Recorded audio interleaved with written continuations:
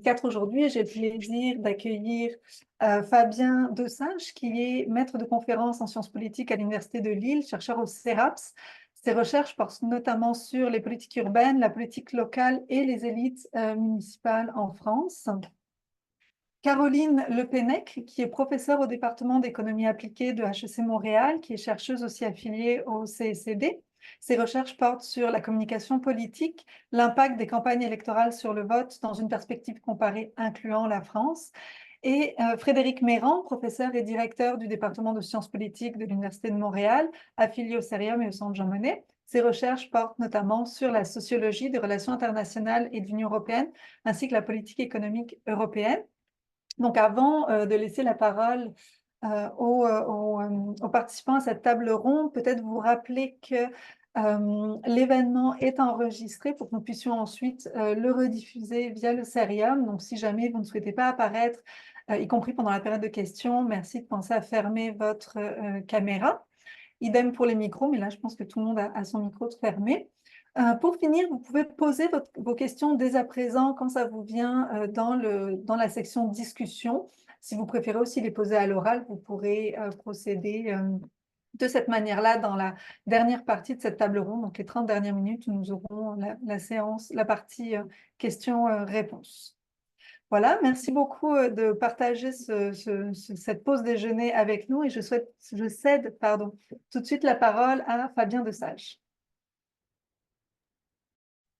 Bonjour à tous et tous. Merci beaucoup pour l'invitation à discuter, à échanger effectivement sur la situation nationale. Alors, je vais le préciser avant de commencer à parler, mais effectivement, tu l'as déjà dit, Laurie, moi je travaille plutôt sur les politiques publiques, sur l'action publique, en France notamment, mais pas que. Mais je suis aussi un lecteur de la sociologie politique en France, qui est un peu mon école, là où j'ai été formé. Et donc, voilà, je voyais aussi le moment de ce matin pour échanger à partir de ce que j'ai fait, de mes recherches, du rôle de l'action publique aussi dans ce qu'on observe aujourd'hui en France électoralement, mais aussi comme un passeur peut-être d'un certain nombre de travaux, de recherches récents qui permettent de bien documenter en fait aujourd'hui ce qui sont et ce que font et ce que veulent parfois aussi les électeurs du Rassemblement national.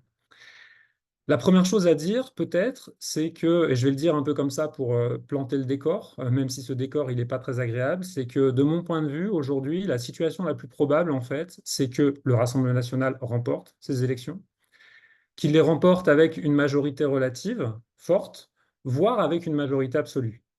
Et c'est clairement le plus probable. Et sur quoi je m'appuie pour dire ça? Alors déjà, peut-être, on a énormément de choses à dire ce matin, donc voilà, on va les reprendre dans l'ordre, mais probablement une espèce d'erreur d'analyse sur les simples effets du mode de scrutin dans cette décision de dissolution. Ça a été déjà dit, en fait, mais ces élections européennes, donc qui sont un scrutin de liste, hein, ont vu le Rassemblement national effectivement atteindre un score inédit, un score de 31% des suffrages exprimés. Mais c'est souvent mieux, en fait, de parler, et moi j'aime bien parler en termes de valeur absolue, de nombre de voix.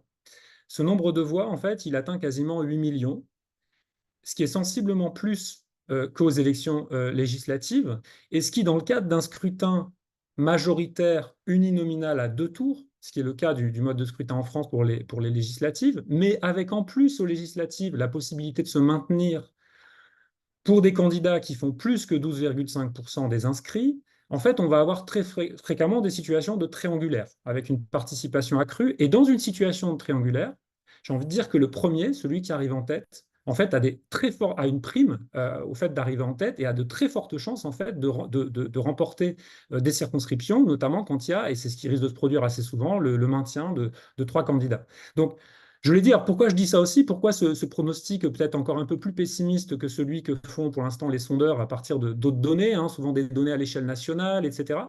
C'est que ce qui n'a pas été dit pour l'instant, c'est qu'en fait, le Rassemblement national dispose en fait encore d'une grande réserve de voix. Et pour le voir, en fait, il faut aller regarder du point de vue, il faut aller regarder les résultats là aussi en valeur absolue des élections présidentielles. Marine Le Pen, au second tour des élections présidentielles en France, elle fait 13,3 millions de voix. Autrement dit, elle fait 5 millions de voix de plus que ce qu'a fait Jordan Bardella, la liste de Jordan Bardella aux européennes, et qui le place déjà en situation très favorable, même s'il faisait uniquement que reconduire ces 8 millions de voix. Hein. S'il fait 8 millions de voix, il fait 3 millions de voix de plus qu'aux législatives précédentes, où le Rassemblement national, pour rappel, a quand même fait 90 députés, mais avec encore une fois un effet très important d'une petite différence. C'est-à-dire qu'en fait, s'ils font 5 points de plus, hein, ça fait le parti présidentiel en fait a gagné les élections législatives avec 25% hein, des voix au premier tour à l'échelle nationale. Donc on voit bien qu'une petite différence fait beaucoup. Ce qui complique encore l'équation et qui me fait penser, moi, que la situation est plus qu'alarmante et risquée, c'est que tout laisse à croire que ces élections législatives seront très mobilisatrices pour les électeurs du Rassemblement national. Autrement dit, qu'en fait, ils feront beaucoup plus que 8 millions de voix. Et la raison, bah, c'est simplement que la décision d'Emmanuel Macron, elle a constitué ces élections législatives qui, en France, traditionnellement, viennent après l'élection présidentielle et donc sont secondaires. Concrètement, les électeurs, les 13,3 millions d'électeurs qui votent pour Marine Le Pen au second tour, une fois l'élection perdue, le Rassemblement national en perd beaucoup finalement aux élections législatives. Hein. Il y a pratiquement plus de la moitié de ces électeurs qui ne retrouvent pas aux législatives. Mais là, on est dans une toute autre situation parce qu'en fait, le président de la République, par cette décision insensée, hein, on en reparlera si vous le souhaitez, en fait, crée une sorte de référendum pour ou contre lui et une espèce d'élection présidentielle bis, en fait. C'est-à-dire qu'il transforme complètement le sens de ces législatives, n'est pas du tout le sens des législatives dans le contexte ordinaire en France, qui sont des élections secondarisées par rapport à l'élection présidentielle. Là, concrètement, ce que peuvent tout à fait dire, et ce qu'ils font déjà les représentants du Rassemblement national à leurs électrices et électeurs, c'est qu'en fait, il y a la possibilité de gagner le pouvoir exécutif en France, une partie du pouvoir exécutif, mais qui n'est pas rien, pour aussi revenir là-dessus. Et donc, il y a une énorme capacité de mobilisation.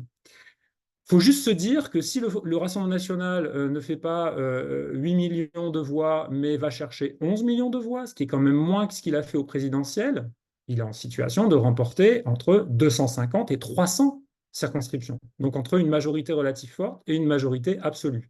Puisque, pour rappel, il y a 577 députés en France, hein, donc là, la majorité absolue se situe autour de 290 députés.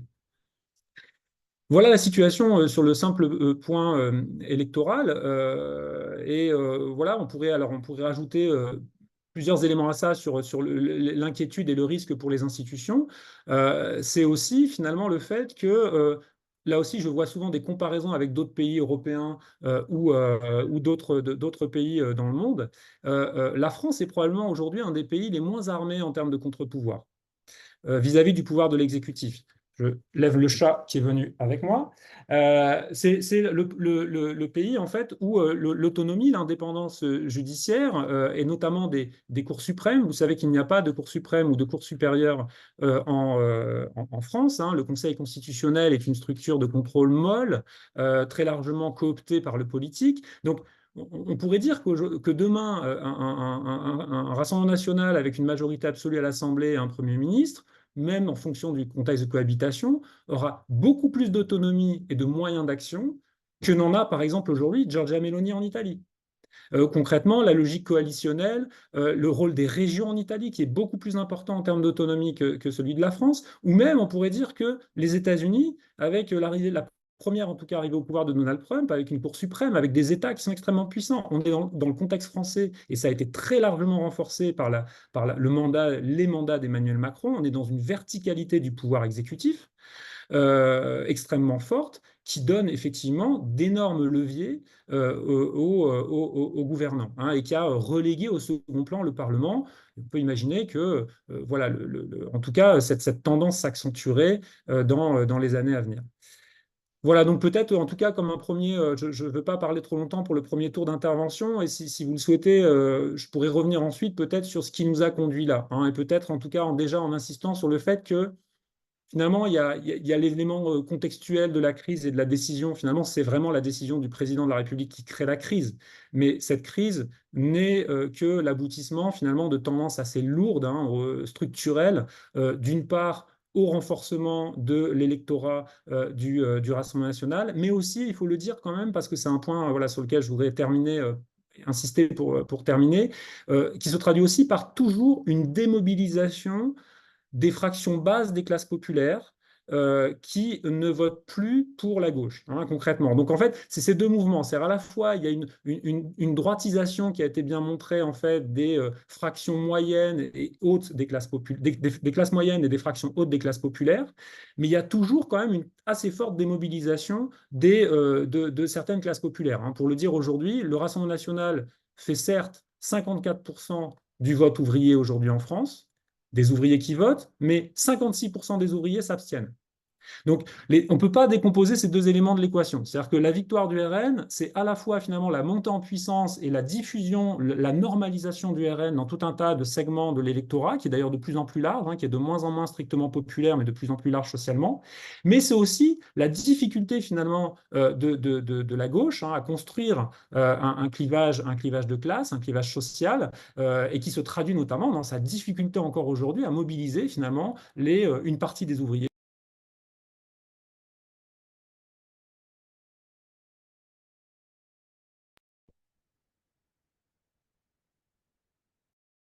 Oups, pardon, je vois que le son s'était désactivé. Est-ce que vous avez entendu jusqu'à quel point ça vient de se désactiver?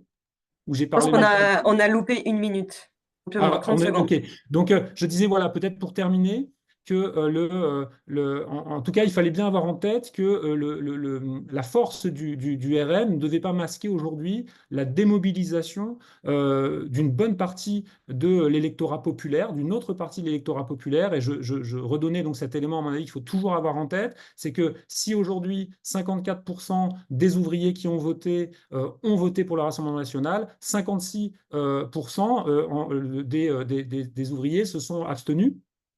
Donc de la population ouvrière totale s'est abstenue. Et donc aujourd'hui, le premier choix encore des ouvriers en France, ça reste l'abstention.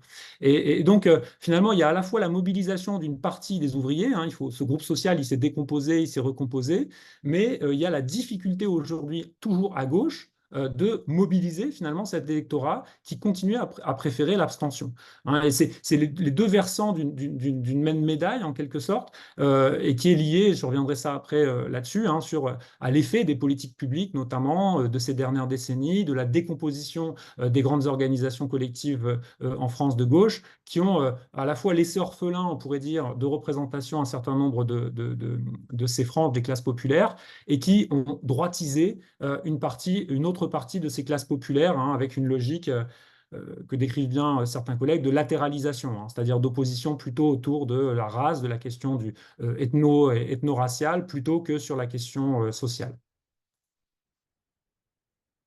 Parfait, merci beaucoup Fabien. Caroline, vous avez la parole. Oui, merci beaucoup. Merci pour cette invitation. Comme Laurie l'a mentionné au début, je suis professeure adjointe au département d'économie appliquée à HEC Montréal. Je travaille essentiellement sur des questions liées aux élections et au rôle des campagnes électorales en démocratie de manière plus générale. Donc pour cette courte présentation, je voulais revenir sur un petit peu ce qu'on sait des élections passées, à défaut de pouvoir prédire de manière déterministique ce qui va se passer à l'élection qui s'en vient. Et donc je voulais évoquer 3 grandes régularités qui ont été démontrées empiriquement, et qui risquent de jouer un rôle important dans les élections qui approchent. Donc la 1re, c'est les problèmes de coordination entre partis et électeurs, qui ont tendance à favoriser les candidats sortants et les candidats qui arrivent, en tête au 1er tour. La 2e régularité, c'est le fait que les candidats, ont tendance à ajuster leur programme pour se rapprocher stratégiquement de leurs opposants, notamment au 2e tour, et donc on peut s'attendre à une certaine convergence du discours politique, entre les 2 tours. Et la 3e régularité, c'est que le vote stratégique est limité et que, en cas de triangulaire notamment, les électeurs vont avoir tendance à favoriser le candidat qu'ils préfèrent plutôt que le candidat pour lequel ils devraient voter stratégiquement, ce qui peut avoir, des effets importants sur, l'identité des vainqueurs. Donc pour revenir plus en détail sur sur la première un peu le 1er fait que je voulais évoquer, les problèmes de coordination. Donc c'est des problèmes qui existent dans les systèmes multipartisans, comme le système français, quand, les partis ont du mal à s'accorder, donc des partis idéologiquement proches, pardon, ont du mal à s'accorder sur une candidature unique, ou quand les électeurs, eux aussi idéologiquement proches, ont du mal à se coordonner sur un candidat unique et dispersent leurs voix entre plusieurs candidats dont les programmes sont finalement assez similaires. Et donc ces problèmes de coordination, dans une étude récente, mes collègues et moi, on montre que, ils ont tendance à favoriser, le candidat sortant, dans un premier temps. Et donc pour cette étude, on analyse des données des élections législatives et des élections, cantonales en France, entre 1958 et 2017, et on montre dans un premier temps que ces élections sont caractérisées par l'existence d'une prime au sortant qui est très importante. Donc ce que ça veut dire, c'est que si on prend 2 candidats qui sont très comparables, le simple fait de gagner, celui qui gagne une élection aujourd'hui va avoir beaucoup plus de chances de regagner l'élection suivante que, un candidat comparable qui aurait, perdu l'élection d'aujourd'hui. On mesure que la prime, elle correspond à 25 points de pourcentage sur la chance de gagner l'élection suivante, ce qui est très important. Et donc ça, c'est dû à plusieurs facteurs. On démontre notamment que les candidats sortants, ils ont tendance à faire un peu de meilleures campagnes, des campagnes qui sont plus personnalisées, plus adaptées peut-être à leur circonscription particulière dans laquelle ils se présentent. Mais c'est aussi dû aux problèmes de coordination que j'évoquais, précédemment. Et les candidats sortants ont tendance à plutôt les problèmes de coordination sont moins graves du côté des sortants que du côté de l'opposition. Les candidats sortants ont tendance à ont moins d'adversaires qui sont idéologiquement proches d'eux que les candidats de l'opposition, et c'est sans doute dû à des accords au niveau des partis.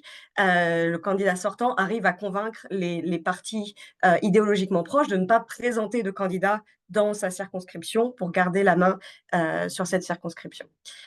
Donc ça, c'est une tendance qu'on a démontrée sur des élections passées. Elle va peut-être jouer un rôle aussi dans les élections qui s'en viennent, donc notamment le fait, peut-être que les sondages ne prennent pas totalement en compte, cette dimension il y a une dynamique qui tend à favoriser les sortants de manière générale. Peut-être que ça va un peu diminuer, ou plutôt augmenter, jouer en la faveur des candidats de la majorité, plus que ce à quoi on s'attend. Mais c'est vrai qu'aujourd'hui, la coordination entre partis, elle semble, beaucoup plus favoriser finalement les partis d'opposition et notamment la gauche qui a réussi à former une alliance, ce qui, n'était pas arrivé depuis très longtemps, et au contraire, on a l'impression que c'est le parti de la majorité qui peine à réussir à former une coalition avec des partis qui seraient, relativement proches, en termes de programme. Donc ça, c'était le premier point sur les problèmes de coordination, qui favorisent les candidats sortants. Ces problèmes de coordination aussi tendent également à favoriser les candidats qui arrivent en tête au premier tour. Ça, c'est quelque chose qu'a mentionné Fabien, également, et c'est effectivement, empiriquement, c'est vraiment une tendance qu'on remarque que, à peu de choses près, même arriver en tête avec juste quelques voix de plus que le second peut donner un avantage disproportionné, au candidat qui est arrivé en tête. La deuxième régularité que je voulais évoquer, c'était, un petit peu l'ajustement, des programmes des candidats. Donc les partis ont clairement un rôle à jouer, notamment tout ce qui est accords, alliances, et cetera, au niveau national. Mais, les candidats au niveau individuel aussi, peuvent jouer un rôle dans leur campagne, dans la circonscription dans laquelle ils se présentent. Et donc là, il y a un peu, ce que j'ai là aussi avec des collègues dans une étude récente, on a analysé, le discours, donc non pas des partis, mais vraiment des candidats, en nous concentrant donc, d'une part sur les sites web des candidats américains qui se présentent au Congrès, et les professions de foi des candidats français aux élections législatives. Donc les professions de foi, c'est ces documents qui sont distribués, qui sont préparés par chacun des candidats et qui sont distribués aux électeurs quelques jours avant l'élection. Et que ce soit aux États-Unis ou en France, ce sont tous les 2 des systèmes à 2 tours. Aux États-Unis, c'est primaire et général. France, 1er et second tour. Et donc on a que ce soit les sites web ou les professions de foi, ce sont des documents que les candidats peuvent mettre à jour pour ceux qui se qualifient au second tour, avant le second tour. Et donc ce que l'analyse de ces documents révèle, c'est que, d'une part, les candidats vraiment changent le contenu de leur communication de campagne entre les 2 tours, et ils le changent de manière stratégique. En tout cas, leur comportement c'est cohérent avec une théorie dans laquelle les candidats, adapteraient stratégiquement le contenu de leur programme pour gagner des voix. Et on remarque qu'entre les 2 tours, les candidats vont avoir tendance à se rapprocher de leurs opposants. Et donc, ça veut dire qu'est-ce que ça veut dire? C'est que si je suis un candidat du centre et que, je me qualifie au premier tour et que mes deux opposants potentiels sont un candidat de droite et un candidat de gauche, et que un peu par hasard, c'est le candidat de droite qui se qualifie pour être mon opposant, eh bien, je vais ajuster le contenu de ma profession de foi, adopter du langage qui est davantage de droite et me rapprocher ainsi idéologiquement de mon opposant. Donc, de manière générale, comme les seconds tours sont souvent des seconds tours qui mettent face à face des candidats de gauche, enfin un candidat de gauche contre un candidat de droite, ce qu'on remarque, c'est qu'en moyenne, ce phénomène d'ajustement stratégique, il va avoir tendance à pousser les candidats vers le centre, parce que les candidats de gauche se rapprochent un petit peu de leurs opposants de droite, les opposants de droite se rapprochent un petit peu de la gauche. On voit une sorte de modération au niveau global du discours politique entre les deux tours. Cette fois-ci, on peut peut-être s'attendre à des tendances différentes, notamment si on s'attend à ce que le RN soit qualifié au second tour dans la plupart des circonscriptions. Et donc, on peut s'attendre à ce qu'il y ait non pas une convergence vers le centre, mais davantage un décalement vers la droite du discours politique, donc des partis, mais aussi des candidats au niveau individuel. Et enfin, donc la dernière régularité que je voulais mentionner en 1 ou 2 minutes, c'est les limites du vote stratégique. Et donc ça, comme l'a mentionné Fabien, on peut s'attendre à ce que ce soit une élection avec beaucoup de triangulaires, parce que la participation est relativement élevée, ce qui veut dire que ça va être plus facile de passer le seuil des 12,5% pour pouvoir se maintenir au second tour. Et parce que il y a moins de candidats inscrits qu'aux dernières élections législatives, notamment grâce en grande partie aux alliances qui ont été passées par les partis de gauche. C'est-à-dire qu'il y aura moins d'éclatement des voix entre plusieurs candidats, plus de chances d'avoir un troisième candidat suffisamment fort pour se qualifier au second tour. Et donc là, il y a une étude menée par certains de mes collègues qui a démontré que quand un troisième candidat se qualifie, ça va à la fois donc augmenter la participation, ce qui suggère que les électeurs qui ont soutenu ce candidat-là s'abstiennent quand le candidat ne se qualifie pas, mais continuent d'aller voter au second tour quand le candidat se qualifie. Et que donc la qualification d'un troisième candidat, ça entraîne une réduction des voix des deux premiers candidats. Ça paraît assez logique, mais c'est particulièrement le cas, évidemment, pour le candidat qui est le plus proche idéologiquement du troisième candidat qualifié.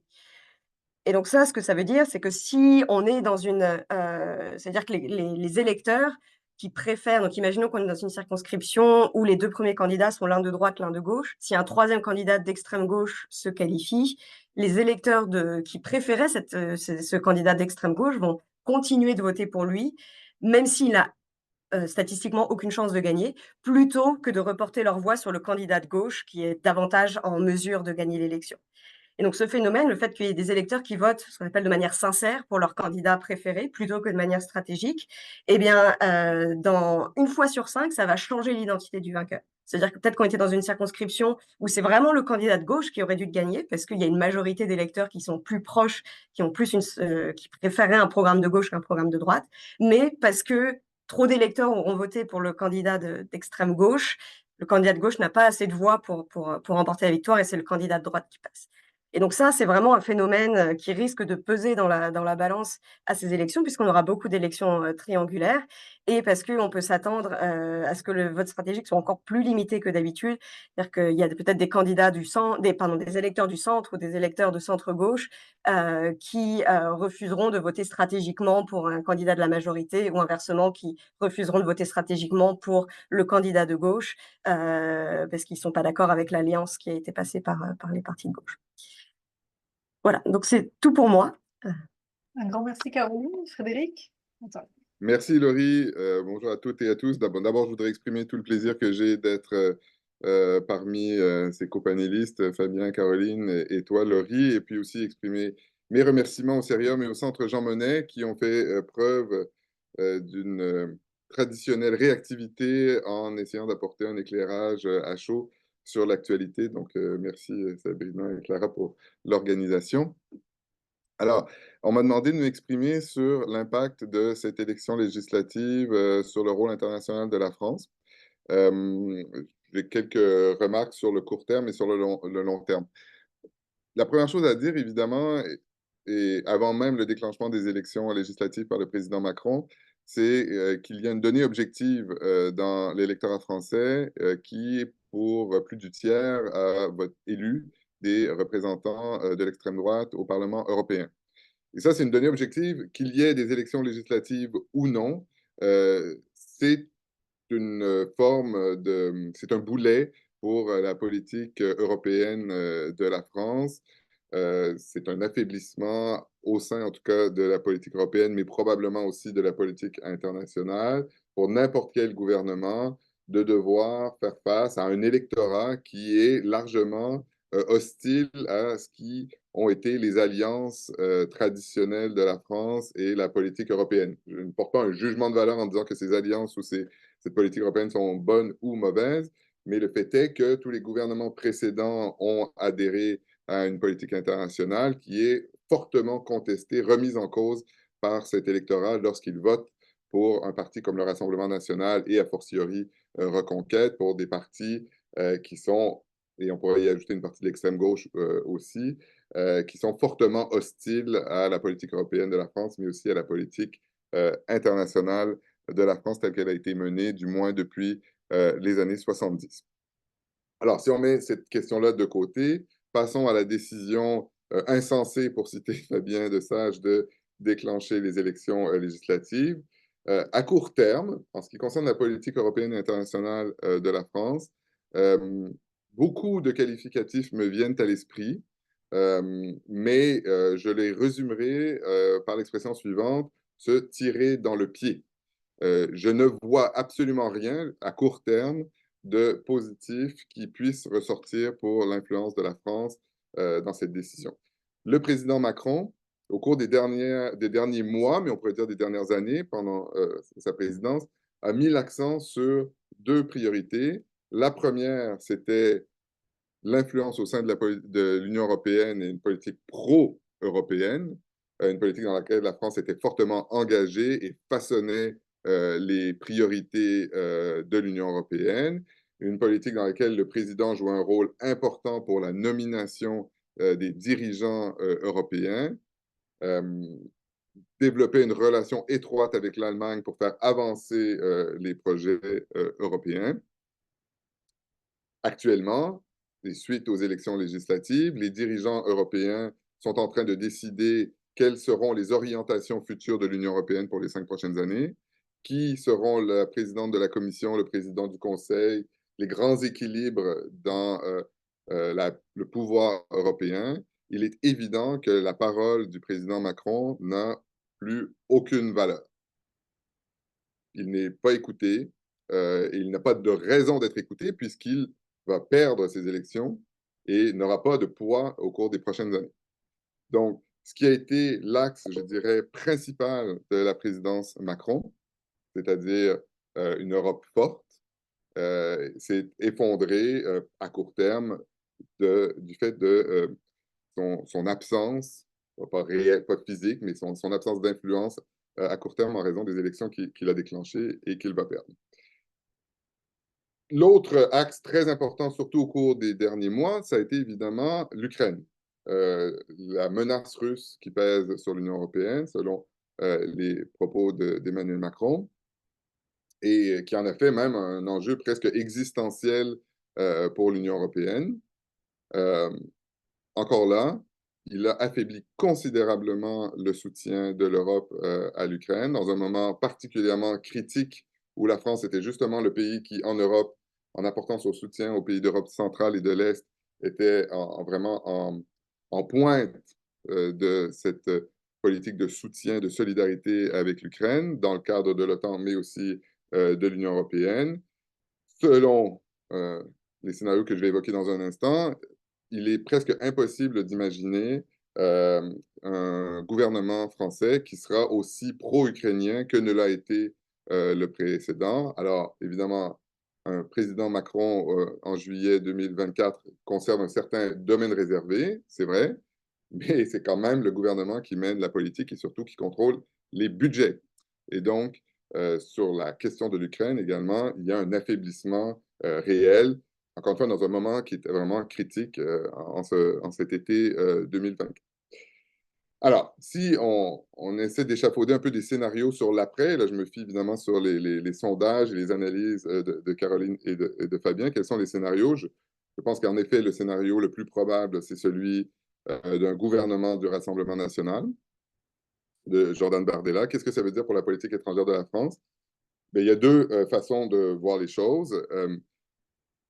Le Rassemblement national épouse depuis un certain nombre d'années une rhétorique qu'on pourrait qualifier de gaulliste, en tout cas qui se veut gaulliste, avec le statut de la France, la souveraineté, le nationalisme.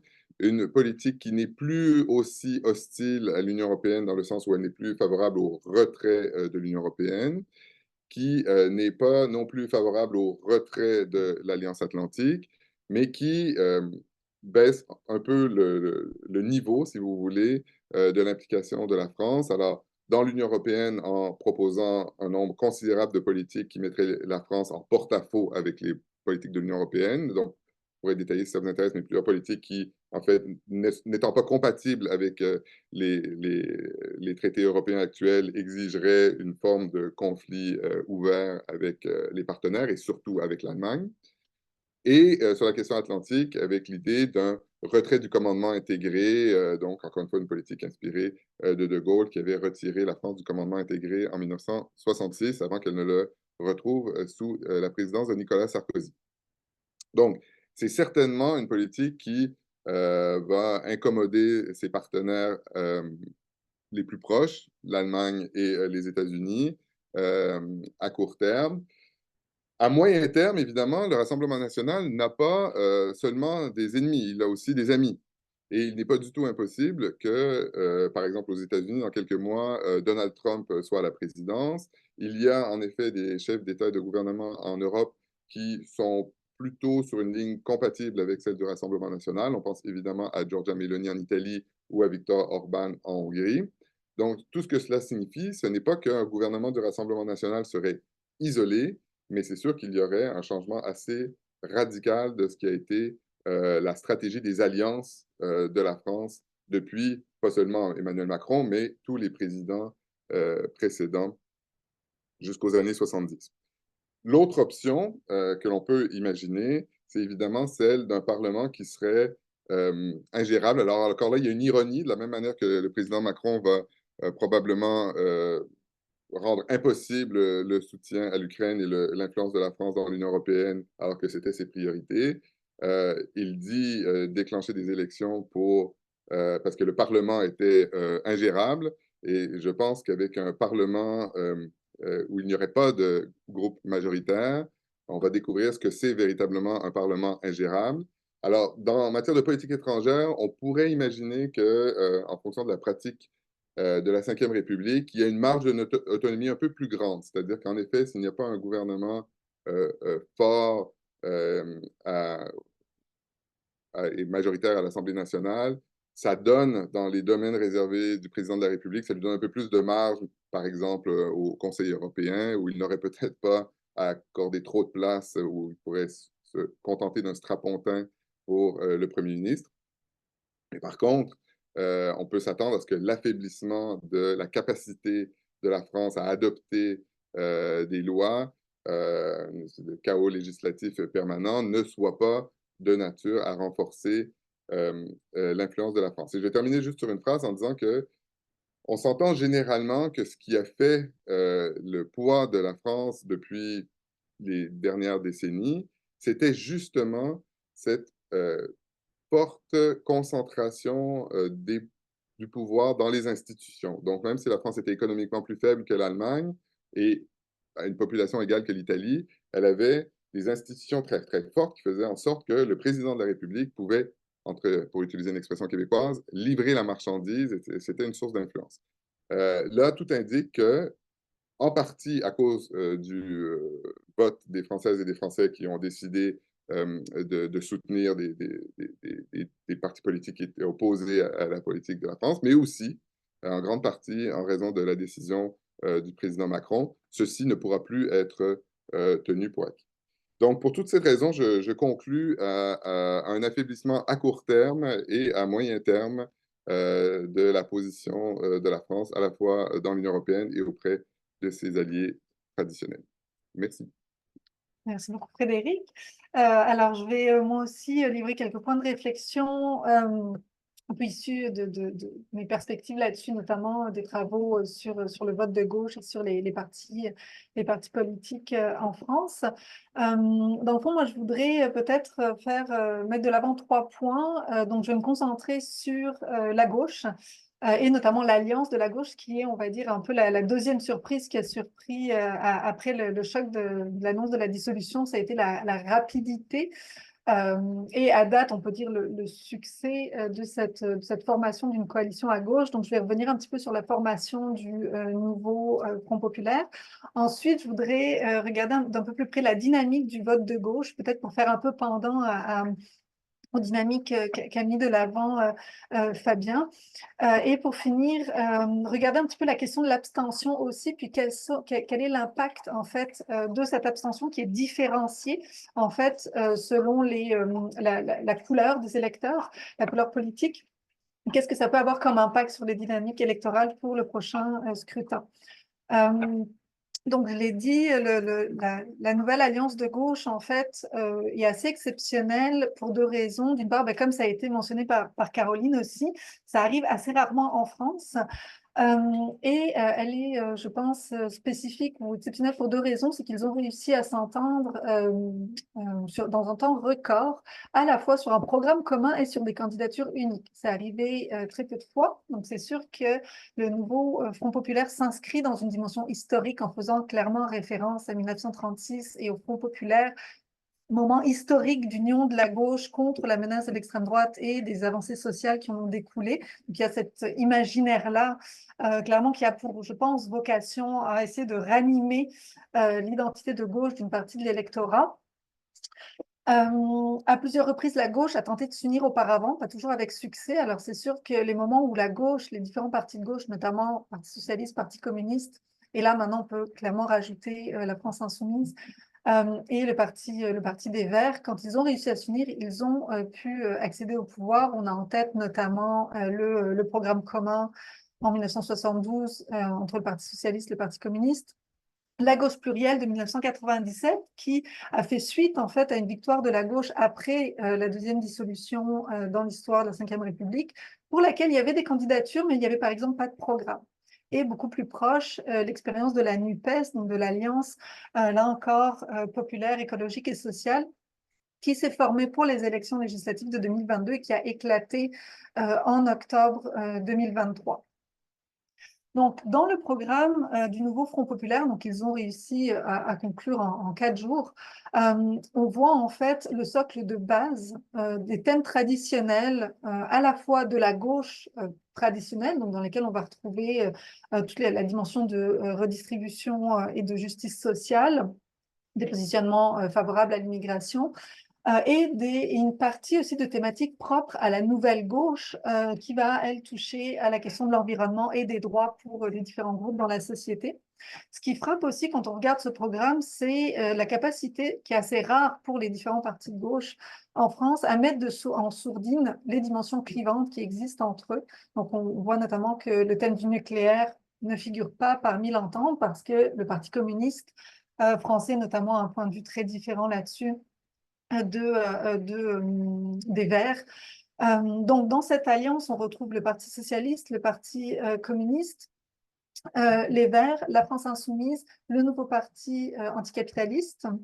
Et on voit aussi dans cette entente que les thèmes qui ont été très clivants au cours des dernières années entre les partis, mais aussi dans l'électorat traditionnel de gauche, c'est-à-dire la question de l'Union européenne, la question du soutien à l'Ukraine, la question du conflit israélo-palestinien, ont été en fait intégrés, mais de manière beaucoup plus consensuelle, donc en fait en retournant vers un socle pro-européen, une position internationale qui va soutenir l'Ukraine, qui condamne les attaques du Hamas, tout en défendant une solution à 2 États, donc des choses qui sont plus proches en fait, on va dire, d'une partie de l'électorat de gauche qui, je pense, avait été aliénée par le discours très positionné sur des angles différents de la France insoumise, et notamment aussi par le ton insurrectionnel de la France insoumise. Et on voit dans le programme commun que ce ton-là a été modifié. Donc, je pense que une des clés du scrutin, ça va être la capacité de la gauche à remobiliser les électeurs sur ce clivage gauche-droite, donc sur un choix de politique différent qui, au cours des 7 dernières années, depuis la première élection d'Emmanuel Macron en 2017, ont en grande partie été dynamités dans la compétition politique, dans le discours public aussi.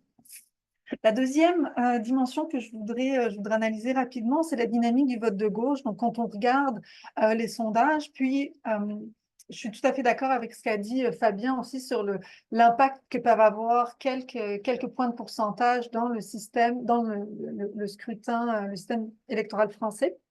Mais là, ce qu'on voit quand on compare les sondages qui sont parus depuis l'annonce de la dissolution et depuis notamment l'annonce de la formation du nouveau Front populaire, c'est que le nouveau Front populaire a gagné entre 3 et 6 points de pourcentage par rapport au moment de l'annonce. Donc, il se situe aujourd'hui à peu près 28% face à un Rassemblement national à 33% et une majorité présidentielle à 18%.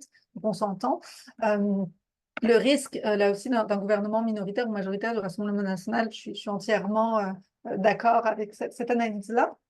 Mais quand on regarde les sondages, on peut voir qu'il y a possiblement une dynamique de campagne qui est en train de se mettre en place, peut-être au bénéfice du camp de gauche, puisqu'on sait, on l'a vu dans les élections précédentes, traditionnellement, le potentiel de voix de la gauche est supérieur à la simple somme des différents partis quand il y a une annonce. Et on peut penser que le socle commun qui est mis de l'avant pourrait permettre, s'il est mobilisé correctement par les partis, de récupérer une partie de la gauche plus modérée et fortement pro-Union européenne qui a voté pour La République en marche en 2017, en 2022 dans une certaine mesure, et qui a été possiblement assez échaudée par la politique, notamment économique, du gouvernement en place. Un autre paramètre qui pourrait peut-être être en faveur, aider la gauche à mobiliser ce clivage gauche-droite à nouveau, c'est le recul du Rassemblement national sur les positions sociales ces derniers jours. Donc, le Rassemblement national est dans à mon avis, une posture d'aller se chercher ou s'acheter une crédibilité économique. Et donc, ils ont commencé à avoir un discours qui est beaucoup plus à droite économiquement que celui qu'ils ont eu ces dernières années, qui explique en partie, en fait, ce discours plus social, leur succès dans les catégories plus populaires. Et donc, si la gauche est capable d'aller mobiliser une partie du vote populaire, notamment sur des enjeux que le Front national ne traite plus dans les prochaines semaines, ça peut lui permettre de monter. Troisième point, et je conclurai là-dessus, c'est comment l'abstention joue là-dedans. Donc là, si on regarde, là encore, les dernières estimations, on peut s'attendre à une participation en hausse. 63-62% selon les dernières estimées IFOP d'hier versus 47% de participation aux législatives de 2022.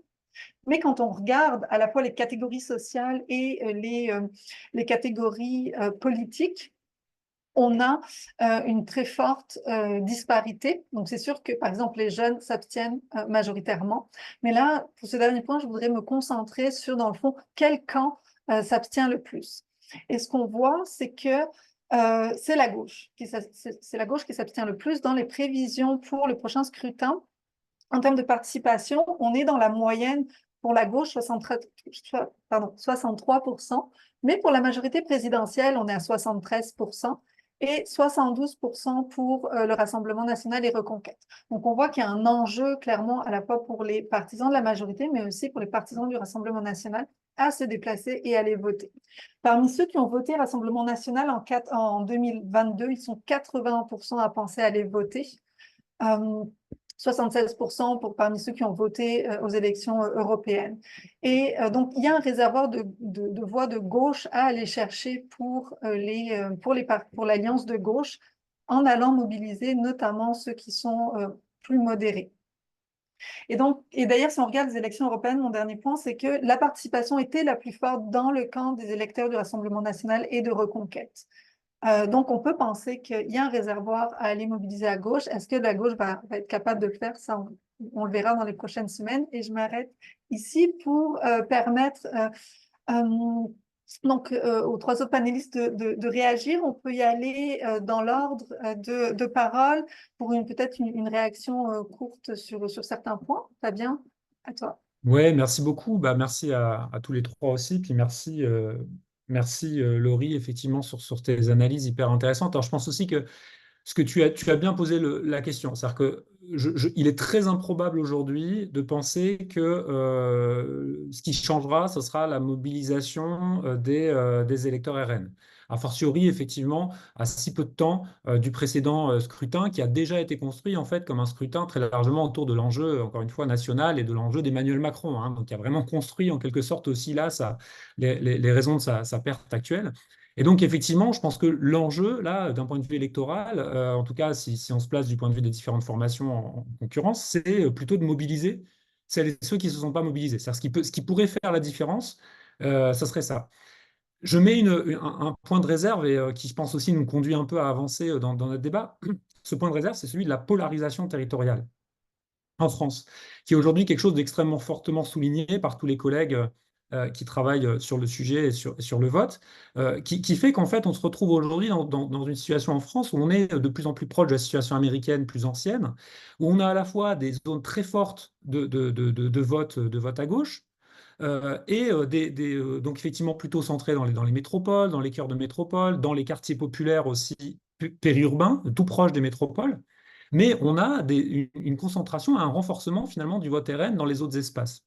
Pour le dire autrement et pour tirer le fil un peu de ce que tu proposais, Laurie, c'est-à-dire qu'à mon avis, le plus probable, malheureusement, c'est qu'en fait, les scores, qu'on assiste à une polarisation renforcée, donc à une rebipolarisation finalement de l'espace politique français, avec des circonscriptions de gauche qui vont voter encore plus largement à gauche et qui vont mobiliser plus, mais qui de toute façon étaient déjà pour l'essentiel des circonscriptions acquises, on va dire, à la gauche, et des circonscriptions RN, par contre, qui vont peu basculer, hein. Pour éléments d'information quand même, il y a 314 circonscriptions où le RN est arrivé en tête aux européennes. Encore une fois, avec un sous-vote, à mon avis, par rapport à ce qu'on va observer, et tu l'as bien dit, c'est-à-dire qu'aujourd'hui, l'évolution du profil de l'électorat RN, classe moyenne, avec des propriétaires, etc., les renvoie plutôt du côté des participationnistes. Donc, il y a tout à parier qu'eux vont se mobiliser. Et donc, voilà, ça risque, à mon avis, surtout les cas de bascule, hein, où en gros, finalement, la mobilisation à gauche pourrait renverser des circonscriptions qui sont acquises par le RN ou qui risqueraient d'être acquises par le RN, à mon avis, seront minoritaires. Ce qui risque de se produire, par contre, et ça, tu l'as dit aussi, c'est le fait que la gauche va reprendre des circonscriptions qui étaient Renaissance, hein. Ça, c'est plus comme ça que ça va jouer d'un point de vue sociologique, à mon avis, c'est que la mobilisation à gauche va accentuer la bipolarisation au détriment, comme l'a dit Frédéric, en fait, hein, du parti central présidentiel et de la coalition présidentielle. C'est d'ailleurs potentiellement le cas dans la circonscription d'Amérique du Nord, d'ailleurs, qui finalement pourrait potentiellement basculer, mais elle basculera de Renaissance vers la gauche. En tout cas, c'est plutôt ça l'option. Et donc ça nous renvoie un peu à un élément d'analyse important, je pense que nous donnent beaucoup les travaux, hein, c'est qu'aujourd'hui, cette normalisation du vote RN dans un ensemble d'espaces urbains, hein, faut savoir quand même que le vote RN, il a été le plus fort dans les espaces ruraux, mais surtout dans les petites villes, hein, dans les villes de 2000 à 20 000 habitants qui ont très majoritairement voté à Rassemblement national, avec des situations qui finalement sont pas récentes, c'est des implantations progressives depuis une vingtaine d'années qui aujourd'hui se normalisent et deviennent encore une fois la norme de comportement électoral.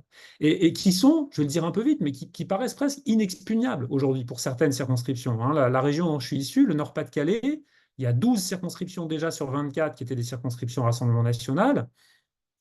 On se demande à quel moment, finalement, ces circonscriptions aujourd'hui pourraient basculer, dans le sens où tout le travail de sociabilité, la conquête aussi des territoires, des municipalités, parfois par le Rassemblement national, ce que montrent très bien des sociologues comme Benoît Coquart pour le nord-est de la France ou Félicien Faury pour le sud-est, c'est qu'aujourd'hui, finalement, sont en train de se créer des réseaux de sociabilité, des modèles de référence aussi, avec des petites élites locales qui sont plutôt des entrepreneurs, des artisans, qui votent RN, qui sont parfois candidats RN, qui sont des modèles en fait aussi pour des classes populaires souvent salariées ou ouvriers dans ces espaces ruraux en déclin.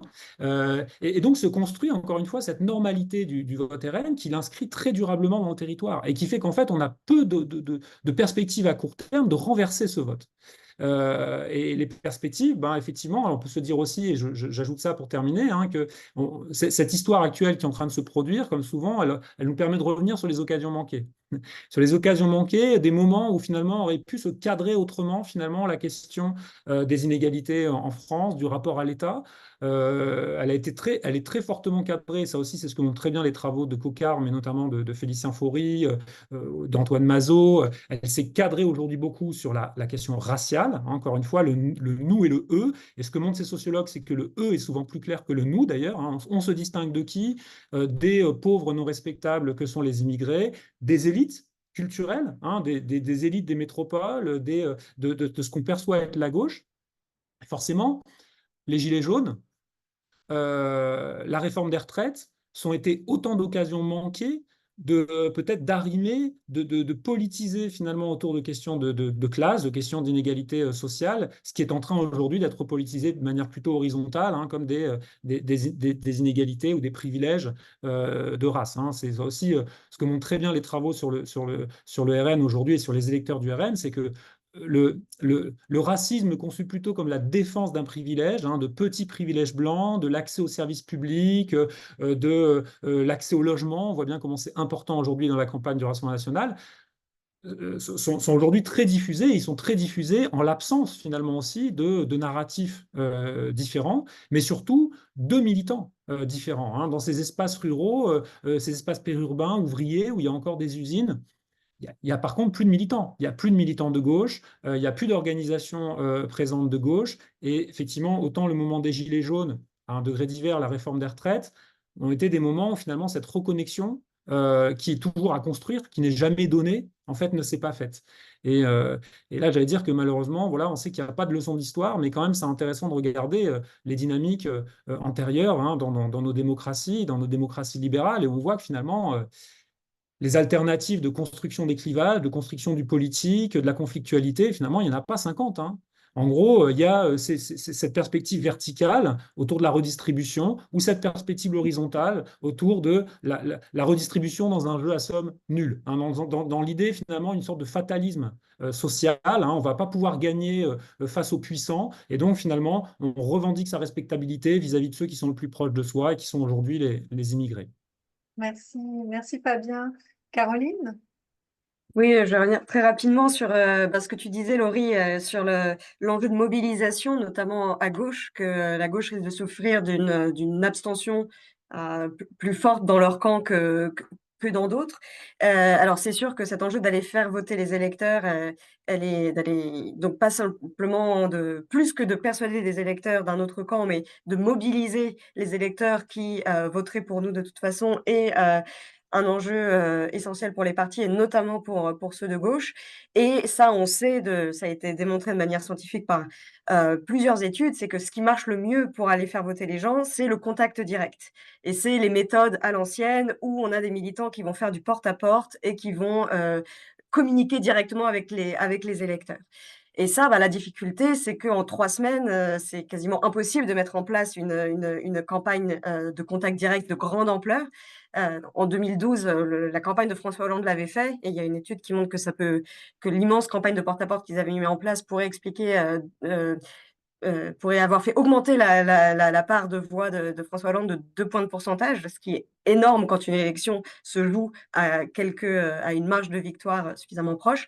Donc on aurait pu imaginer de la même façon que la nouvelle alliance de gauche aurait vraiment à gagner à mettre en place une campagne de ce type-là, mais c'est évident qu'en 2-3 semaines, c'est très difficile à mettre en place. Merci Caroline. Frédéric? Mais je pense que je vais être très bref et me cantonner toujours à la politique étrangère, parce que sinon je risquerais de dire des bêtises. Mais il me semble que autant on peut dire sur le plan de la politique interne française que la présidence Macron aura peut-être été finalement une parenthèse entre deux systèmes de partis politiques, donc très gauche-droite pendant une époque et probablement à la sortie des élections législatives gauche versus extrême droite. Autant en matière de politique étrangère, il est possible que ce soit vraiment la fin d'une époque et qu'un nouveau chapitre s'ouvre à plusieurs égards. Mais ce qui est certain, c'est que depuis les années 70, donc après le départ de Gaulle jusqu'à Emmanuel Macron, la France a eu une politique européenne très volontariste et très ambitieuse, singulière, mais volontariste et ambitieuse. Aucun président de la République, aucun gouvernement n'a cherché à s'affranchir de l'Union européenne. Et là, peu importe le résultat des élections législatives, il est probable qu'on aille dans une autre direction. Cette direction, elle, encore une fois, j'insiste là-dessus, la France n'est pas nécessairement la seule, parce que si la France était le seul pays qui allait dans cette direction, ce serait la meilleure recette pour l'isolement euh, en Europe et ailleurs, mais il y a un véritable mouvement à l'échelle européenne et internationale, un mouvement conservateur, un mouvement souverainiste qui est porté, je l'ai mentionné, en Italie, en Hongrie, aux États-Unis, en Allemagne, où Alternative für Deutschland n'est pas à la porte du pouvoir, mais quand même a fait des progrès absolument considérables, au Royaume-Uni, en Pologne, bref. Il y a à l'échelle du monde occidental au moins un mouvement politique auquel le Rassemblement national appartient, qui est un mouvement essentiellement hostile à la coopération internationale, à tout point de vue. Et je me contenterai de dire qu'il faudra composer avec, avec cette réalité en tant que spécialiste des relations internationales. Merci beaucoup, Frédéric. Comme l'heure a bien tourné, je pense que je vais sauter mon tour de réponse pour qu'on puisse prendre les questions. Puis, si jamais on a du temps, je pourrais revenir. Alors, je vais d'abord, on va d'abord prendre les deux questions qui avaient été mises dans le chat depuis un petit moment. Puis ensuite, je pourrai donner la parole aux personnes qui viennent de lever la main dans 2 minutes. Peut-être pour rebondir tout d'abord sur ton intervention, ta dernière intervention, Frédéric, une question qui a été posée dans le chat. Donc, tu as clairement démontré l'affaiblissement de la position de la France dans les relations internationales. Qui a été provoqué par le déclenchement des élections législatives. Mais est-ce que cette position n'était pas déjà affaiblie de facto à la suite des élections européennes? Et dans quelle mesure, en fait, le déclenchement des élections législatives aurait amplifié la perte d'influence de la France? Oui, non, mais merci beaucoup pour la question. Je pense qu'il est assez évident que c'est un mélange des deux. Comme je l'ai dit dans le début de mon intervention, à partir du moment où la France décide d'envoyer près de 40% de députés d'extrême droite au Parlement européen, il est évident que ce n'est pas la France qui, en ce qui concerne le Parlement européen, en tout cas, fera partie des solutions législatives. D'autant plus que je rappelle qu'au Parlement européen, je ne vais pas trop entrer dans les détails, mais le groupe politique qui est quand même susceptible de peser sur la politique, c'est celui qui s'appelle les ECR, donc de Giorgia Meloni. Le Rassemblement national n'en fait pas partie. Donc, ça, c'était déjà donné qu'il y avait un problème, il n'y a pas aucun doute.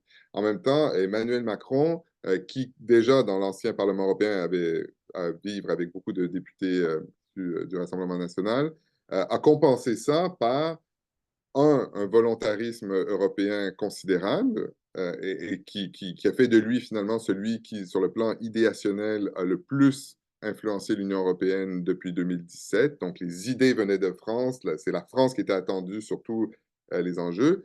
Et d'autre part, un contrôle quand même, malgré ce qu'il disait sur le Parlement précédent, un véritable contrôle du gouvernement et donc une capacité à faire ce qu'il disait qu'il voulait faire. Et ça, le fait de dissoudre l'Assemblée parce qu'un jour, peut-être, il aurait pu faire face à une motion de censure dans un avenir non défini, ça, c'est sa décision, c'est sa responsabilité. Et à la fin, il est le seul qui emportera le poids. C'est un affaiblissement personnel. Et là, on le voit, je m'excuse, je suis trop long, mais on le voit concrètement dans les décisions qui sont prises actuellement. La France est complètement hors jeu. Merci. Alors, une deuxième question. Quel est le calcul de Marine Le Pen en donnant Jordan Bardella à Matignon et en lui donnant la direction du parti? Est-ce qu'elle n'est pas en train de le favoriser comme compétiteur lors de la prochaine élection de 2027? Même Jacques Chirac, en 1995, avait quand même gardé sa main sur le RPR pour contrer Balladur qui était donc Premier ministre, qui veut se lancer là-dessus? Sinon, je peux aussi. Fabien, veux-tu? Sinon, je peux aussi. Vas-y, Laurie, si tu veux commencer, je peux abonder après. Je pense que et c'est assez intéressant la dynamique, la mue, on va dire, du Rassemblement national ces dernières années, notamment comment le parti est en train de se transformer en quelque chose qui était vraiment vu comme une lignée dynastique familiale. Et bon, depuis que quand Marine Le Pen a pris la direction du RN, du FN à l'époque, il a fallu, dans le fond, se débarrasser assez rapidement du père qui ne cadrait pas du tout avec la stratégie de dédiabolisation engagée par Marine Le Pen.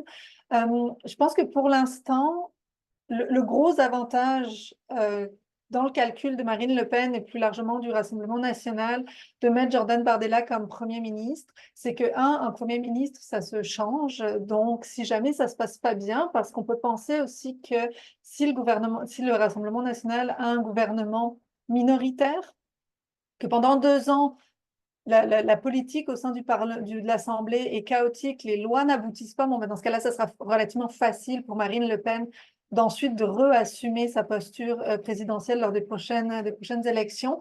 Et deuxième point, le gros atout, je pense, de Jordan Bardella dans la campagne actuelle et la précédente, c'est sa jeunesse. C'est le côté, donc un peu comme Marine Le Pen en son temps a un peu fait exploser le clivage de genre pour les électrices qui se retenaient historiquement de voter pour le Rassemblement national. On peut penser que Jordan Bardella a aussi cette carte-là à jouer de candidat dynamique, proche des jeunes, qui est sur TikTok, etc. Donc, à voir dans quelle mesure cette amplitude-là va pouvoir être récupérée ensuite par Marine Le Pen, éventuellement en 2027. Fabien, veux-tu... Ouais, tout à fait dans ton sens, Laurie. Alors, d'une part, je pense que là aussi, ça nous dit combien le calcul d'Emmanuel Macron était extrêmement périlleux, parce qu'effectivement, le désordre et le désordre parlementaire fera le jeu, effectivement, clairement, de la candidature Rassemblement national au présidentiel. Hein. Donc, il y aura genre, Jordan Bardella ou le groupe parlementaire RN, s'il y avait une majorité relative, aura beau jeu de dire, bah, effectivement, on est bloqué. Il le fait déjà, d'ailleurs, Jordan Bardella. Il dit déjà, je risque d'être bloqué par le fait qu'il y a un président de la République qui est Emmanuel Macron, qui va peut-être nous empêcher de faire des réformes constitutionnelles dont on a besoin. Donc, la solution, c'est encore une fois d'amener au pouvoir ensuite, dans 3 ans, dans l'élection majeure, effectivement, en France, de la présidence de la République. Donc, je pense qu'au contraire, ça construit vraiment une continuité et un récit qui justifie l'arrivée de Marine Le Pen. Et dernière chose, c'est qu'en fait, aujourd'hui, le RN, je pense qu'elle ne prend pas beaucoup de risques, parce que finalement, c'est le parti qui est le plus en ordre, en fait. Et concrètement, j'allais dire que les dissidences internes, hein, qui étaient l'histoire du Rassemblement national au début 2000 avec Bruno Maigret, ensuite il y a eu Philippot, il y a eu Reconquête et Zemmour, et on voit bien aujourd'hui comment toute une partie finalement de Reconquête dans la famille Le Pen va se rallier au Rassemblement national. Donc, Bardella, j'allais dire que les épreuves de loyauté, il les a déjà subies malgré son jeune âge depuis longtemps. Et clairement, voilà, il est vraiment, il s'est construit d'ailleurs complètement en parallèle avec Marine Le Pen. Hein. C'est presque déjà son premier ministre à elle, en fait. On voit d'ailleurs, du point de vue des électeurs et électrices du Front National, à quel point la variable Marine Le Pen est extrêmement importante. Donc, honnêtement, pour moi, le risque qu'il y ait un clivage entre cette diarchie au sein du RN est assez faible. Merci. Alors, je prends la question qui a été mise dans le chat, mais qui était auparavant, je pense, la personne avait la main levée. Madame Manzano, si jamais vous voulez la poser directement, sentez-vous libre, sinon je peux la lire. En fait, en gros, c'est que, tu sais, quand moi, j'ai regardé un peu dans mes pages sur TikTok, du côté des électeurs de gauche, ce qu'on voit, c'est que souvent les électeurs anti-RN, ben, moi, ce qu'ils remarquent, c'est qu'ils ont souvent un argumentaire très étotique où ils parlent des votes du RN à l'Assemblée nationale et à l'Union européenne pour montrer que leur vote ne correspond pas à ce qu'ils prétendent être. Alors que du côté des électeurs qui votent RN, souvent, soit ils n'ont aucun argument ou ils disent, par là, va sauver la France sans dire pourquoi et comment. Ou un des arguments qui revenait souvent, c'est je vote Bardella parce qu'il soit disant beau et charismatique. Donc, on est vraiment dans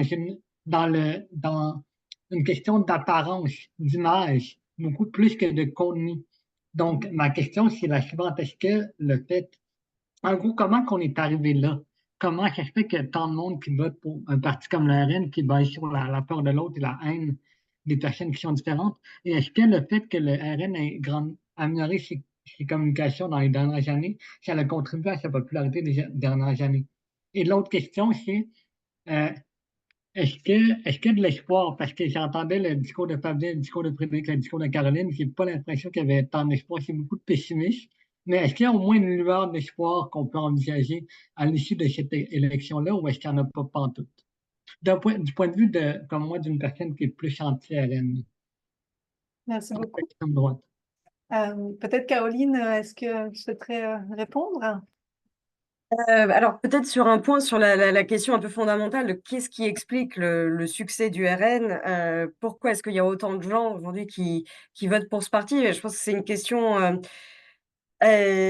question complexe. Il y a donc je peux parler de ce que je connais, donc de la littérature qui s'intéresse aux facteurs qui peuvent expliquer la montée du populisme et notamment du populisme de droite, pas forcément que en France, mais partout en Occident. Ben, il y a plusieurs explications en concurrence. Il y en a certaines études qui vont privilégier le rôle des facteurs économiques, d'autres qui vont privilégier le rôle des facteurs culturels, d'autres qui montrent que c'est un peu une interaction entre les deux. Donc, situation économique difficile, qui interagit avec un terreau culturel qui est favorable à des positions plutôt conservatrices, anti-immigration, par exemple.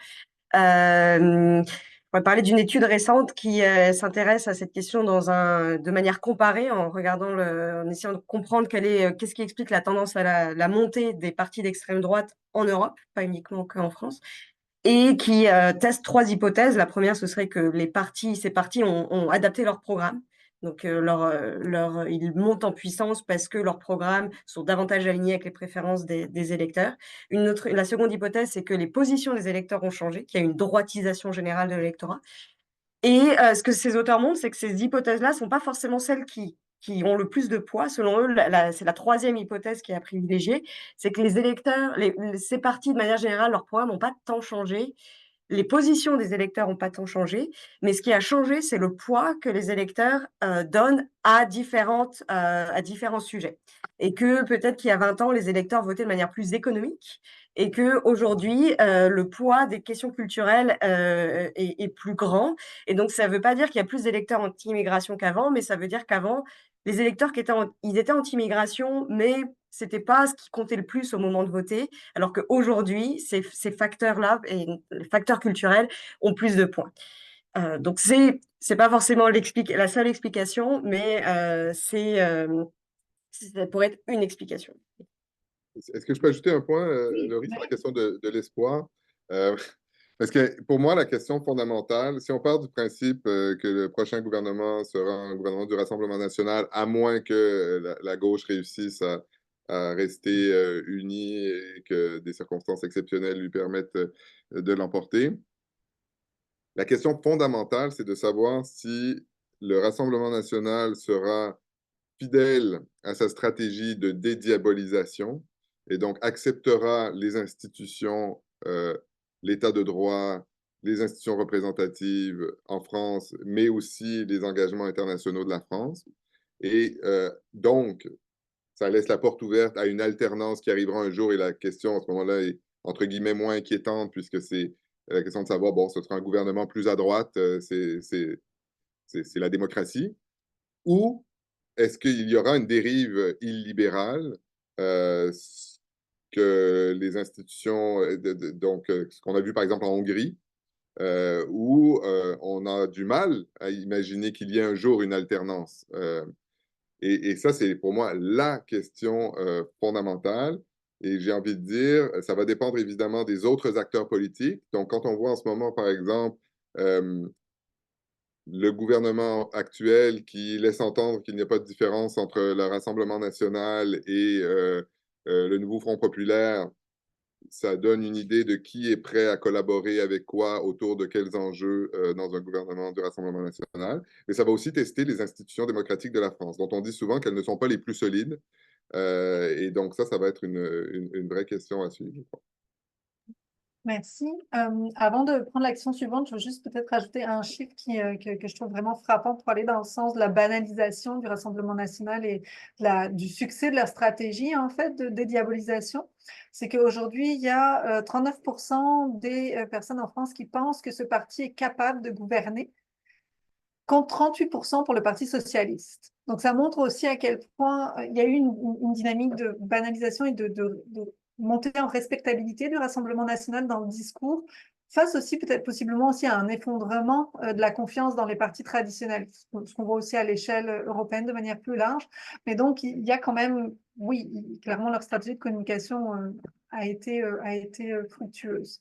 Je veux dire juste, Laurie, juste un Pardon. mot sur la question qui n'a pas été, enfin, sur ces bonnes questions, mais sur la question un peu de la compétence économique Oui. ou du procès en incompétence économique éventuellement. Et là aussi, je pense que c'est une énorme erreur en fait de perspective en fait notamment des gouvernants actuels. Hein. Donc, vous connaissez l'ironie de l'histoire, c'est-à-dire c'est le ministre de l'économie et des finances actuel qui est voilà donc qui n'a pas respecté les règles de calcul en fait du déficit public, etc. Où il y a un énorme problème de déficit et de dette publique qui d'une part donc donne en quelque sorte des leçons, puis c'est vraiment méconnaître en fait les logiques d'accès au pouvoir et de légitimation, notamment auprès de cet électorat-là en fait des candidats. Hein, donc voilà, quand on entend ça, on se demande mais en fait est-ce que Hitler ou Mussolini sont arrivés au pouvoir en fait à partir d'une évaluation de leur capacité gestionnaire ou économique. Enfin, c'est quand même d'une immense naïveté.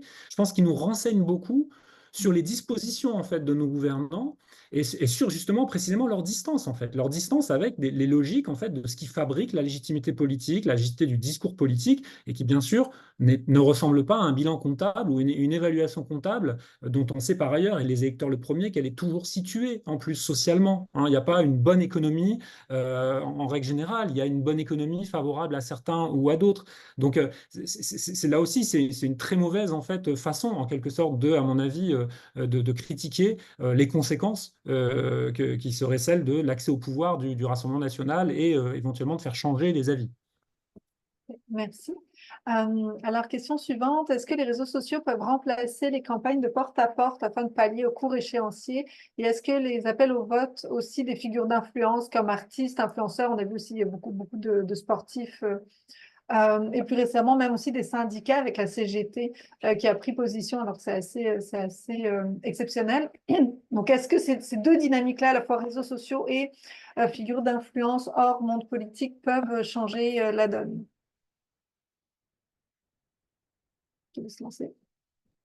Je pense que c'est difficile d'y répondre parce que c'est en tout cas, c'est difficile d'y répondre de manière crédible, empirique, parce qu'il y a autant j'ai l'effet du porte-à-porte que j'ai mentionné qui a été un peu testé, de manière expérimentale, pour démontrer les effets réels de cette méthode, ben, elles existent. L'effet des réseaux sociaux, on ne peut qu'un peu supputer. C'est une des méthodes de communication qui reste récente et donc on manque encore je pense, de connaissances scientifiques, solides sur, l'effet général des réseaux sociaux sur les campagnes et sur, est-ce que ça permet de transformer, de gagner des voix. Je pourrais parler d'une étude que je connais dans le contexte américain qui suggère que oui, que en tout cas les candidats qui utilisent davantage Twitter gagnent plus de voix. C'est dans le contexte américain, donc est-ce que ça se transfère dans le contexte français, on sait moins, mais ça reste, ouais, j'aurais pas malheureusement, je pourrais difficilement m'exprimer, de manière, confiante sur cette question. Peut-être une chose sur les méthodes de conviction, c'est si la sociologie politique aussi nous montre quelque chose, c'est que plus on est proche de la personne socialement qu'on cherche à convaincre, plus on a de chances de la convaincre. Et donc, en fait, c'est une façon de vous répondre. C'est-à-dire que l'hypothèse, en fait, ça dépend de la capacité d'identification à la personne éventuellement qui produit le discours. Et pour aller dans le sens de ce que disait Caroline et ajouter un point, c'est-à-dire qu'effectivement, en fait, les porte-à-porte sont très importants, mais qui fait le porte-à-porte est peut-être encore plus important. C'est-à-dire qu'effectivement, l'ancrage, et c'est pour ça qu'on a du mal à pas être pessimiste, parce que concrètement, en fait, le porte-à-porte marcherait, mais encore plus si les gens, par exemple, dans les territoires qui ont voté RN ou qui n'ont pas voté, qui vont faire le porte-à-porte, ressemblent en fait aux électrices et aux électeurs qu'ils vont voir. Hein, parce qu'on voit bien là aussi que la politique du ressentiment, hein, en fait, elle est très forte et elle construit aussi finalement les gens des villes, les gens des partis de gauche comme des gens lointains, des gens qui ne sont pas concernés par les problèmes qu'on rencontre. Et c'est là où il y a eu une défaite de longue durée, en fait, hein, notamment des partis de gauche, en fait, à avoir perdu cette implantation, un tas de logiques spatiales, de logiques économiques, qui contribuent aujourd'hui, voilà, à cette polarisation, encore une fois. Donc, enfin, pour moi, c'est vraiment un des résultats du scrutin et sur lequel on va avoir énormément de mal à revenir.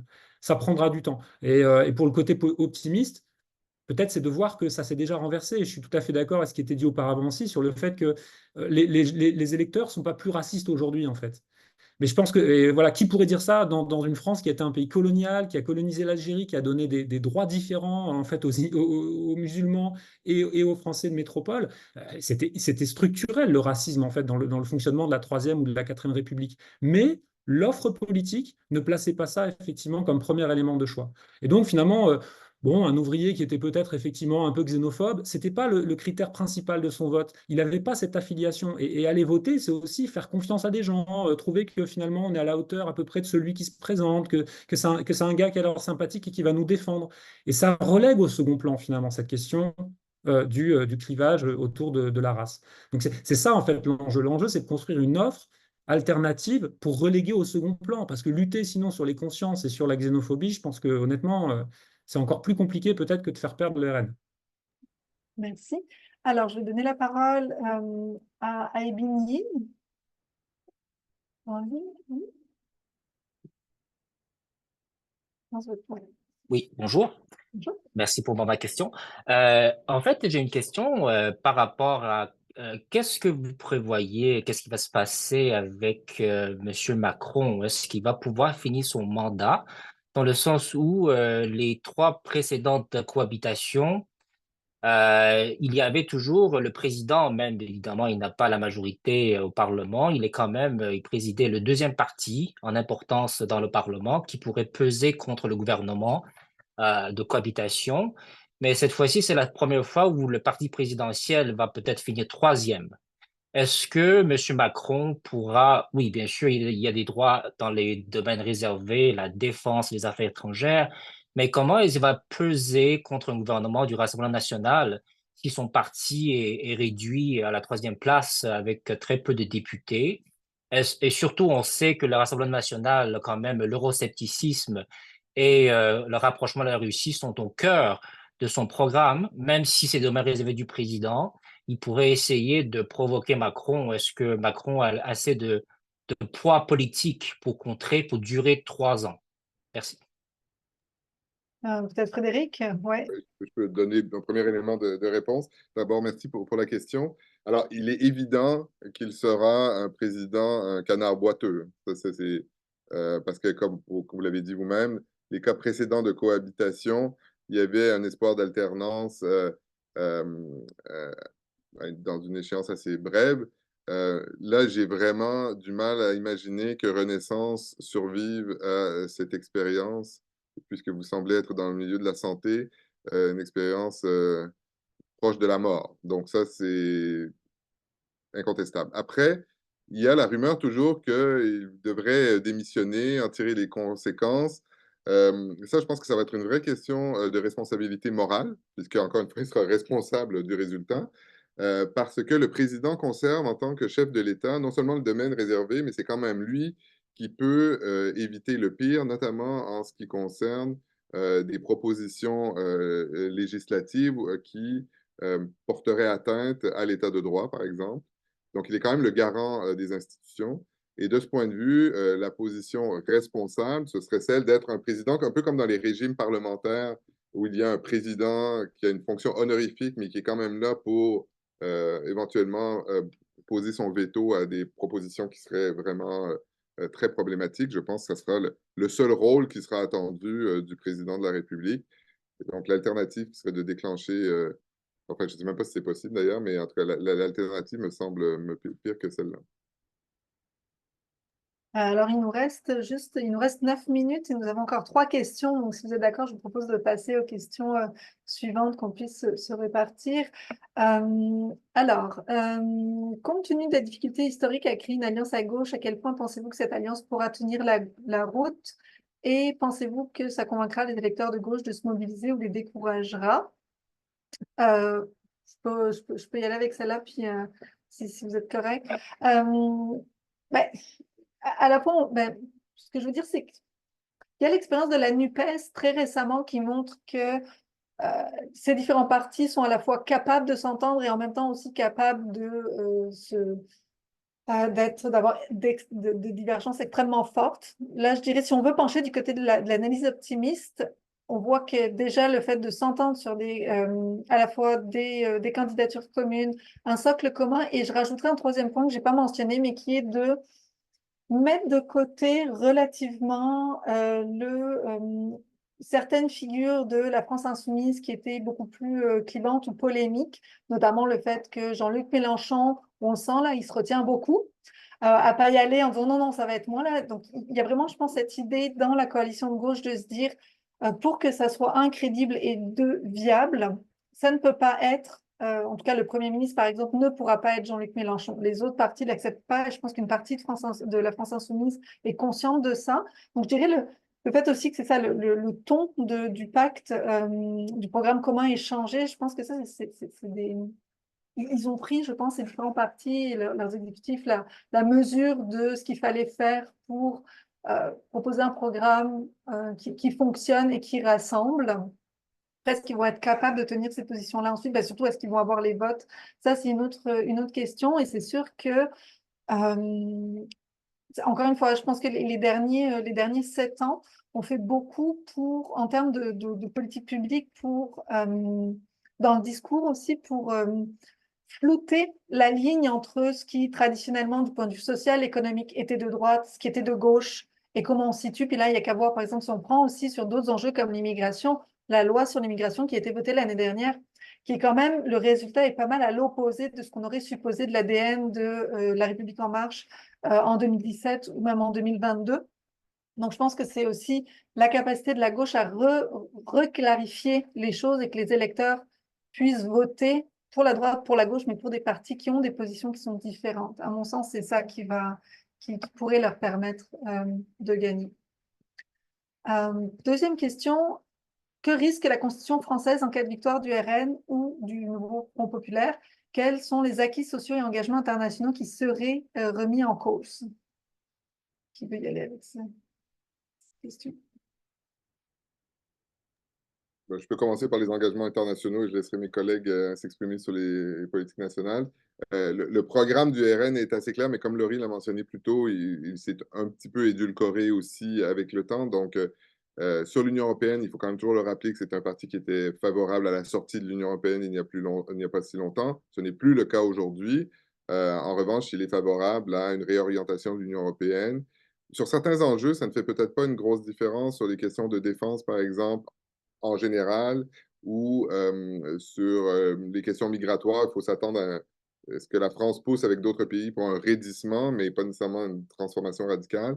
Sur les questions économiques, le programme du RN est effectivement en contradiction avec le pacte de stabilité, mais Laurie a déjà mentionné qu'il y avait, j'imagine, une situation qui pourrait ressembler à celle que l'Italie a connue avec sa politique budgétaire. Donc, mauvais élève budgétaire, tension forte, mais en même temps, c'est un pays important, donc ça va être le psychodrame permanent, en gros. Pour moi, bon, évidemment, les questions climatiques, alors il va falloir que les institutions européennes mettent en œuvre leur plan vert le plus rapidement possible, parce que ce n'est pas la France qui va pousser à l'ambition de ce côté-là. Et je pense que la grosse différence à court terme, ce qui va vraiment susciter beaucoup d'inquiétudes au sein de l'Alliance atlantique, c'est la question ukrainienne. Encore une fois, c'est un parti qui a des amitiés à Moscou, qui en tout cas estime que la France ne devrait pas soutenir l'Ukraine. Et comme en Europe, c'est un des pays les plus importants, qu'aux États-Unis, il y a la perspective réelle d'une présidence Trump, l'Ukraine va se retrouver avec très, très peu d'amis pour résister à l'invasion de la Russie. Sur la Constitution, peut-être quelques mots pour dire en fait qu'un de nos problèmes, c'est que la Constitution en fait, de la Ve République permet déjà beaucoup, Et elle permet notamment déjà beaucoup dans l'interprétation présidentialiste qui lui a été donnée depuis 20 ans au moins, enfin, voire même éventuellement plus longtemps que ça, et avec les derniers mandats d'Emmanuel Macron. Et une des inquiétudes d'ailleurs, c'est qu'effectivement, beaucoup de choses, hein, ça revient à la légitimation du vote RN, etc., mais beaucoup de choses, tu l'as dit, Laurie, ont été déjà pavées par le dernier mandat, hein, que ce soit du point de vue effectivement de l'immigration, de la préférence nationale, hein, voilà, alors on voit bien qu'il y a un enjeu constitutionnel, mais combien de temps tiendra-t-il? On sort quand même, enfin, la présidence d'Emmanuel Macron, hein, c'est d'autres collègues qui le disent, qui travaillent là-dessus, c'est une forme de libéralisme autoritaire déjà, avec l'utilisation d'outils de répression, des mouvements sociaux. C'est un gouvernement qui a fait passer une réforme des retraites, quand il faut le rappeler, contre 90% de la population, contre le Parlement majoritaire en utilisant le 49.3. Donc, en fait, on donne non seulement je dirais, les manettes de l'avion, mais en plus, on donne toutes les dispositions qui permettent déjà d'en faire finalement un outil très très fort d'exécutif, hein. C'est ça qu'il faut avoir en tête, c'est que le régime de la cinquième est un régime qui déjà donne beaucoup de pouvoir à l'exécutif, beaucoup plus que dans pratiquement toutes les démocraties parlementaires. Donc voilà, il n'y a pas tant de choses que ça finalement à changer pour pouvoir déjà démolir et défaire beaucoup de choses avec le temps. Caroline, souhaites-tu ajouter quelque chose ou on passe à la question suivante? Ok. Alors, peut-être la prochaine question, peut-être pour toi. Est-ce que l'exercice du pouvoir par le RN pourrait paradoxalement l'affaiblir auprès de son électorat et faire émerger un parti plus à droite dans les prochaines années? Oui, alors je pense que en tout cas, c'est ce que beaucoup d'observateurs ont mentionné comme un peu le pari qu'espérait faire pour justifier un peu la décision d'Emmanuel Macron que personne ne semble comprendre. C'était une des hypothèses on lui prêterait cette décision comme étant une stratégie à long terme, hyper réfléchi, où l'espoir serait que effectivement le RN se décrédibilise en prouvant qu'il est incapable de gouverner et qu'on en soit enfin débarrassé pour de bon à la prochaine élection. Je pense que c'est un pari très, très risqué. On l'a déjà dit, déjà que maintenant que on est toujours pendant la période de campagne et à mesure que ben, l'approche de la prise de pouvoir devient de plus en plus réaliste. Le programme du RN s'ajuste en fonction et revient vers quelque chose de peut-être converge vers un programme un peu plus, je veux dire, un peu, pas plus centriste, mais en tout cas qui soit plus dans la norme et donc ils essayent de démontrer, ils sont déjà conscients de ce dont ils auront besoin de faire pour pouvoir effectivement ne pas complètement mentir et mettre en place le programme sur lequel ils sont en train de faire campagne.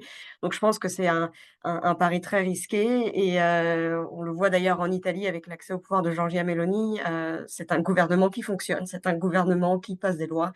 Il y a de fortes chances à parier que le RN on fera exactement de même. Merci. Dernière question.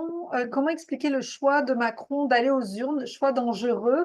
Donc, qu'est-ce qui explique ce choix-là? En deux mots, peut-être en tout cas. Ouais, vas-y, Frédéric. Vas-y. Moi, j'ai beaucoup, ça tourne, évidemment, on ne peut pas le savoir parce que nous n'avons pas accès à son processus cognitif. Mais j'ai beaucoup réfléchi. Je pense que si on ne veut pas faire de psychologie de bas étage, l'explication la plus plausible, c'est une erreur phénoménale de calcul. Et je pense que son mouvement s'en rend compte à chaque jour et ça explique en partie la démobilisation absolument spectaculaire de ce qui était, il n'y a pas encore si longtemps, le plus important parti politique en France. Merci, très bien. Oui, en tout cas, ce qui est intéressant, c'est qu'on sait que c'est une décision qui a été prise à très peu de gens. En gros, c'est lui qui l'a prise. Il en a même informé très tardivement son Premier ministre. Et ça en dit long aussi sur les dysfonctionnements de nos institutions. Je reviens à nouveau là-dessus, en fait, mais qu'effectivement, encore une fois, dans quelle démocratie, en fait, un seul homme, aussi faible que lui, peut prendre une décision qui va avoir autant de conséquences, peut dissoudre le Parlement dans ce contexte-là? Voilà, donc malheureusement, on a une dimension un peu circulaire là, de la manière dont le rôle a été occupé par Emmanuel Macron et des institutions qui finalement rendent possible ça, hein. C'est ce qui est presque le plus inquiétant pour la suite, en fait. Caroline? Non, c'est bon. C'est bon.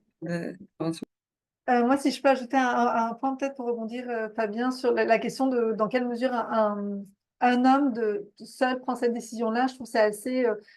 ça revient vraiment dans je pense, sur l'ADN de la Ve République et le fait que le pouvoir exécutif est censé être fort et donc c'est pas vraiment rassurant avec l'idée que c'est un gouvernement du RN s'en venait derrière parce que c'est quand même fascinant de voir à quel point la présidente de l'Assemblée nationale, le Premier ministre ont comme quasiment été mis au courant sur les plateaux de télé. Là, j'exagère un peu, mais c'est quand même assez impressionnant cette dimension-là et je trouve ça illustre beaucoup quelque chose qu'on voit, je trouve, au moment des élections présidentielles, l'appétence aussi d'une partie de l'électorat français pour cette figure de l'homme fort, en général au masculin, même si Marine Le Pen fournit une version féminine possiblement de cette dimension-là, mais je trouve qu'il y a quelque chose dans la culture politique, notamment de la cinquième, aussi de l'électorat, qui se renforce derrière cette idée qu'une personne seule puisse prendre ce type de décision. Nous avons fait le tour des questions, donc un grand merci à Caroline, Fabien, Frédéric pour vos éclairages et à tous et à toutes pour votre présence et vos questions passionnantes. Un grand merci à l'équipe du Cerium pour l'organisation.